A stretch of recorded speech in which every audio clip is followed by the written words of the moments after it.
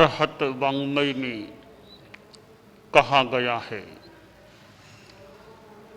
अपनट्ठा परट्ठा वा कोहा वा जइवा भया हिंसगम्न मुसंग बूया नोवि अन्नम बया वै।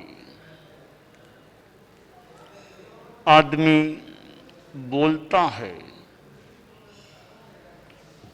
और लिखने वाला लिखता भी है।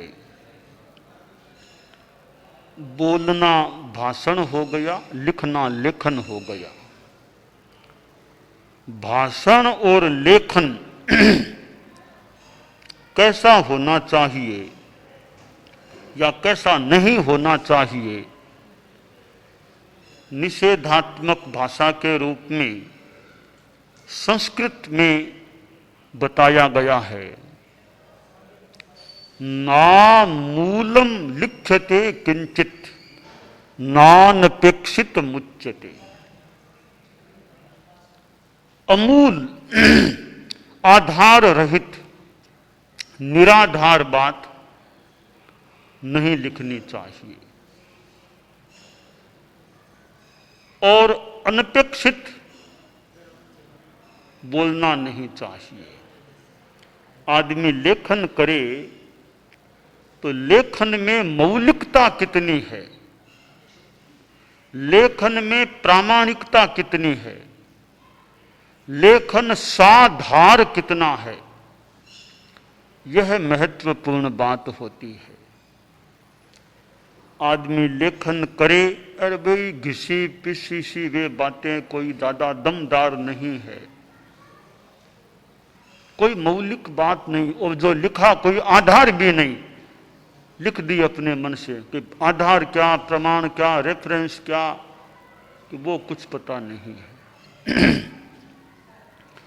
तो मेरे लिखने के पीछे आधार क्या है, मुझे क्या लिखना है, जो भी लिखूं उसका कोई प्रमाण मेरे पास है क्या। इतिहास की बात लिखता हूं तो मेरे पास क्या प्रमाण है, वो आदमी कब जन्मा, कहां जन्मा, प्रमाण कोई है क्या किसी ग्रंथ का। तो निराधार बात लिख देना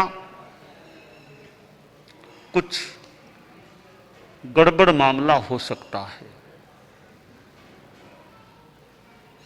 बोलने के लिए कहा गया कि अनपेक्षित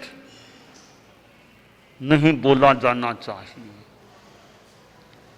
आवश्यक बोलना तो हितकर हो सकता है, अपेक्षा की पूर्ति करने वाला हो सकता है, और अनावश्यक बोलना तो व्यर्थ साबित हो सकता है। तो हमारी भाषा का संबंध लेखन और जल्पन, लेखन और भाषण दोनों से जुड़ा हुआ है। मौन है तो आदमी लिख करके अपनी बात बता सकता है, चाहे रिकॉर्डिंग सुन लो या आंख से किताब पढ़ लो। किताब को रिकॉर्डिंग कर दिया गया तो कानों से भी सुना जा सकता है, आंख से पढ़ा जा सकता है तो वो भाषा की भाषा। भाषा के बारे में शास्त्र में कहा गया है, साधु के लिए तो विशेषतया है ही, गृहस्थ भी जितना संभव हो सके ध्यान दे सकता है। वह बात है हिंसदम न मुसंग बूया। ऐसा मृषावाद नहीं करना चाहिए, ऐसी झूठ बात नहीं बोलनी चाहिए जो हिंसा कारक हो, जिसके कारण से किसी की हिंसा हो जाए। ऐसा झूठ नहीं बोलना चाहिए।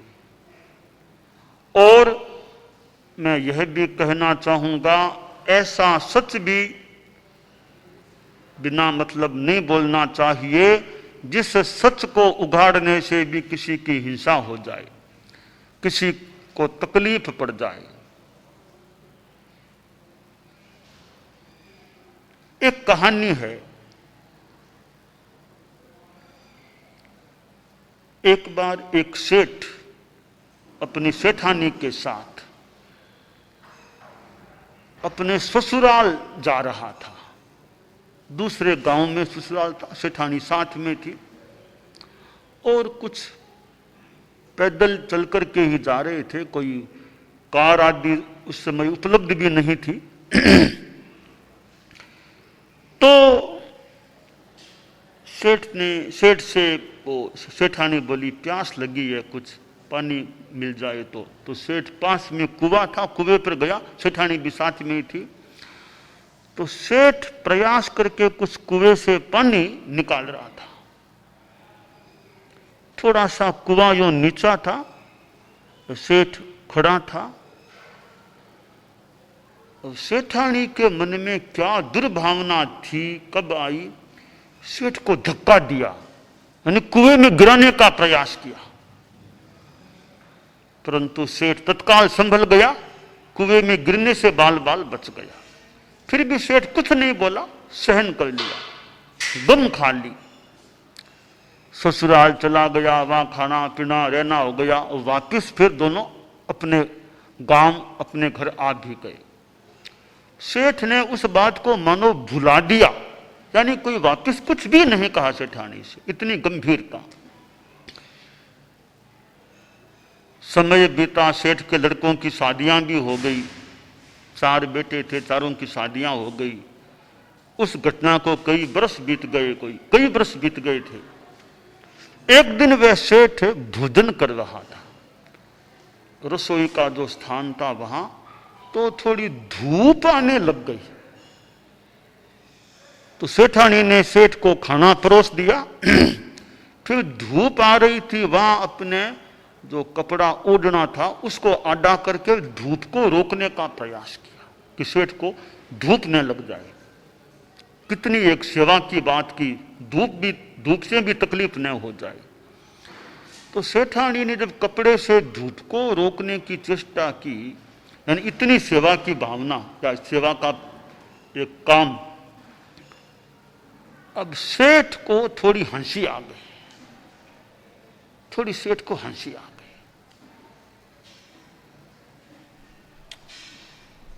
वापिस हंसी पर कंट्रोल कर लिया, रोक लिया, पर हंसी आ गई।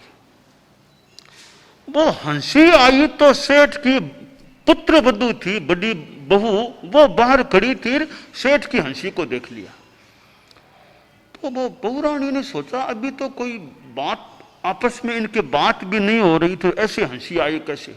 कि बात हो तो मान लो हंसी आ जाए बात में, अभी तो एकदम मौन थे, ये तो खाना खा रहे थे, सासू जी तो खड़ी थी कपड़ा आडे किए हुए, तो कोई बात तो इनकी हुई नहीं, मैं आसपास ही थी, तो हंसी कैसे आई? अब वो एक मन में जिज्ञासा, वो की हंसी कैसे आई? खैर खाना पीने का काम सारा हो गया, सेठ ने भोजन भी कर लिया। अब बहू रानी के मन में वो ऐसी जिज्ञासा भी, जानना तो है हंसी आई क्यों।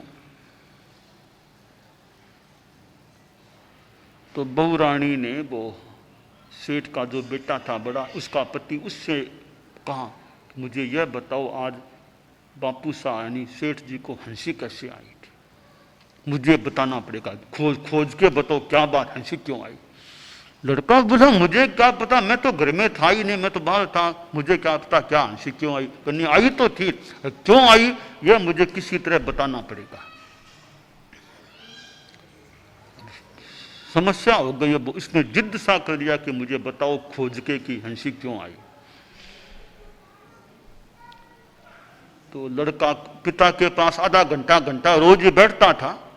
तो एक दिन वो उसी दिन या एक दिन बाद बैठा, और कोई नहीं था, बाप बेटा 2 ही थे।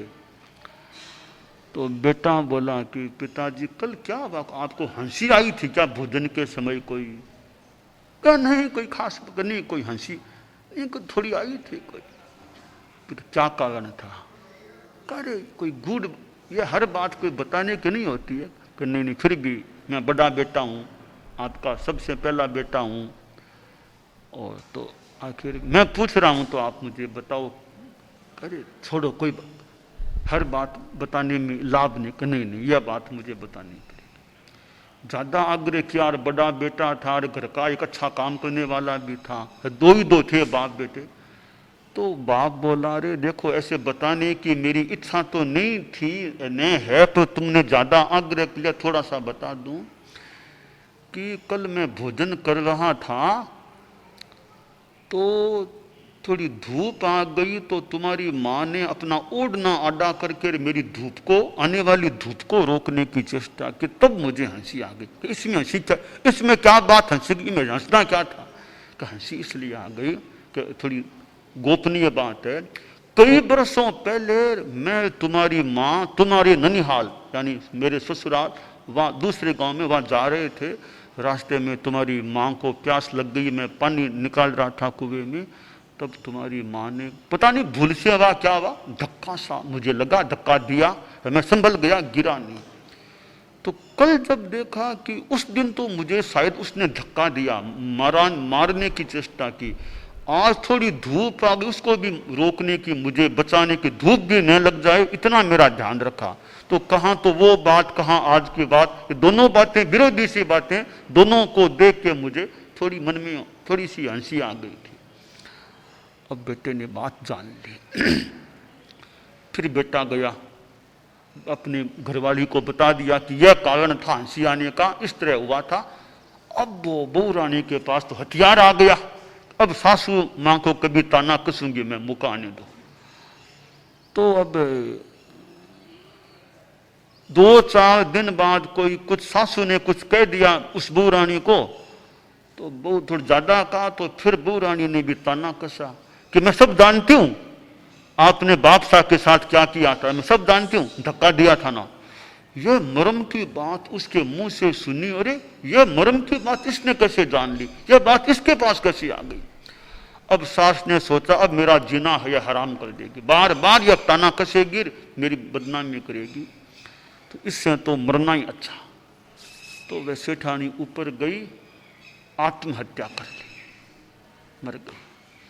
कई देर हुई वो आई नहीं, तो वो सेठ था कि खोजूं क्या, वो आई नहीं अब तक। ऊपर से जाके देखा, अरे यह हाल, मर गई। सोचा रे मैंने वो बात निकाल दी, वही कारण बना रही है, मर गई, तो अब मुझे भी क्या जीना। सेठ ने भी आत्महत्या कर ली, दोनों को हो गया। अब बेटा गया, अरे दोनों के माँ बाप के, अरे मेरे कारण से मैंने वो बात बता दी उसको, उसने ताना कसा, यह हुआ, तो मुझे भी क्या जीना, वो भी मर गया। फिर बहू ने सोचा, अरे तीनों गए, मुझे क्या जीना, वो भी मर गई। चारों की, इन चारों की मृत्यु इस रूप में हो गई।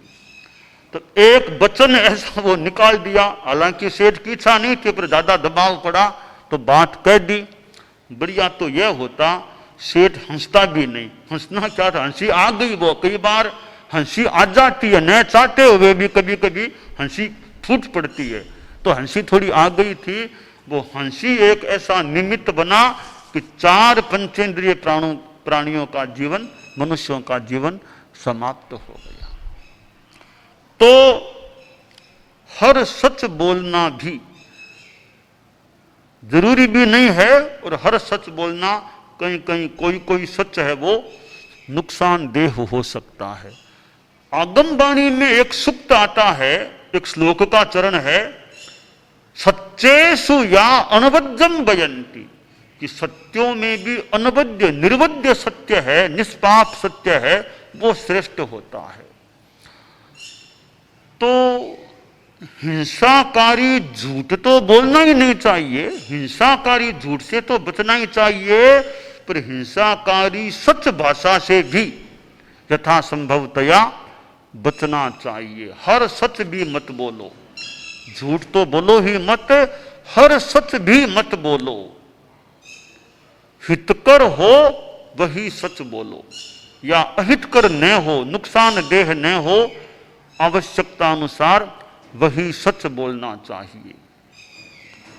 तो यह कम बोलना है, सच बात भी कम बोलो, ज्यादा मत बोलो, जरूरी आवश्यक लगे वो ही बोलो। सच बोलो और कम बोलो, सच बोलो और कम बोलो, ये दोनों बातें जीवन में आती हैं तो अच्छी बात, ज्यादा अच्छी बात हो सकती है। तो आप लोग जो गृहस्थ हैं, परिवार में रहने वाले, समाज में रहने वाले, व्यापार धंधा ऑफिस दुकान आदि से जुड़े रहने वाले। हालांकि साधु के तो सर्व मृषावाद, संपूर्णतया झूठ बोलने का जीवन भर के लिए त्याग होता है। आप लोग उतनी कड़ाई से तो झूठ न बोलने का नियम निभा सकें तो बहुत बढ़िया है, पर मुश्किल है। फिर भी कितना संयम किया जा सकता है। हंसी मजाक में भी आदमी झूठ न बोले। यह बात बात में, हंसी मजाक में ताना कस देना, यूं झूठ बोल जाना साधना की दृष्टि से, आत्म कल्याण की दृष्टि से परिवर्जनीय है कि हंसी मजाक में भी, विनोद में भी आदमी झूठ न बोले। झूठ से अविश्वास की स्थिति पैदा हो सकती है। सच्चाई के साथ विश्वास जुड़ा हुआ है और झूठ के साथ अविश्वास जुड़ा हुआ है।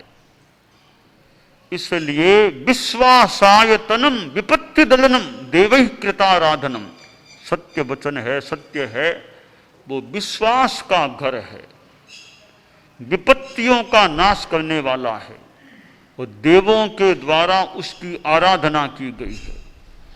ऐसा सत्य होता है। तो गृहस्थों को यह ध्यान देना चाहिए कि साधु जैसे सत्यवादी न भी बन सकें तो ज्यादा मृषावादी भी न बने। रात को सोने से पहले कभी आप सोचें कि उठने से लेकर अब सोने का समय हो गया है, हो रहा है, दिन में झूठ बात मेरे मुख से निकली या नहीं निकली, तो कितनी बार निकली।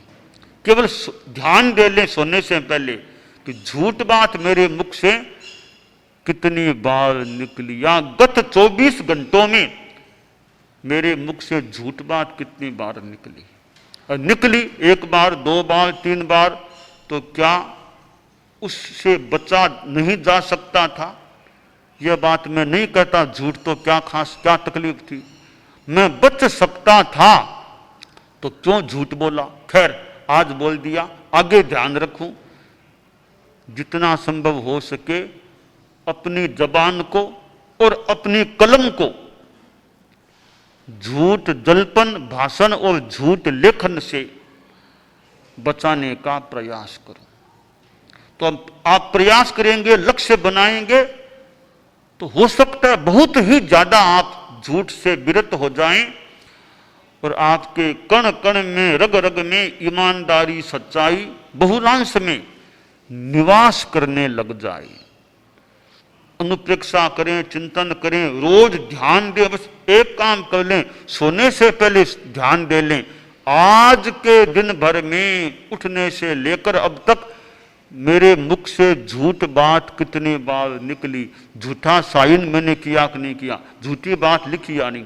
इस प्रकार झूठ के बारे में चिंतन, आत्मालोचन, विहंगावलोकन कर लें। यूं रोज करेंगे तो करते करते करते करते वो लक्ष्य बन जाएगा झूठ से बचने का। तो आपका झूठ बोलना बहुत ही कम हो सकता है, जीवन सच्चाई की दिशा में आगे बढ़ सकता है।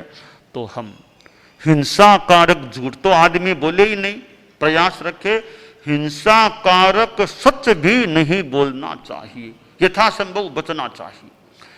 दानान सेठम अभयपयाणम सच्चे सुया अणवज्जं वयन्ति तवेषु या उत्तम बंभचेरम लोगुत्तमे समणेनाय पुत्ते।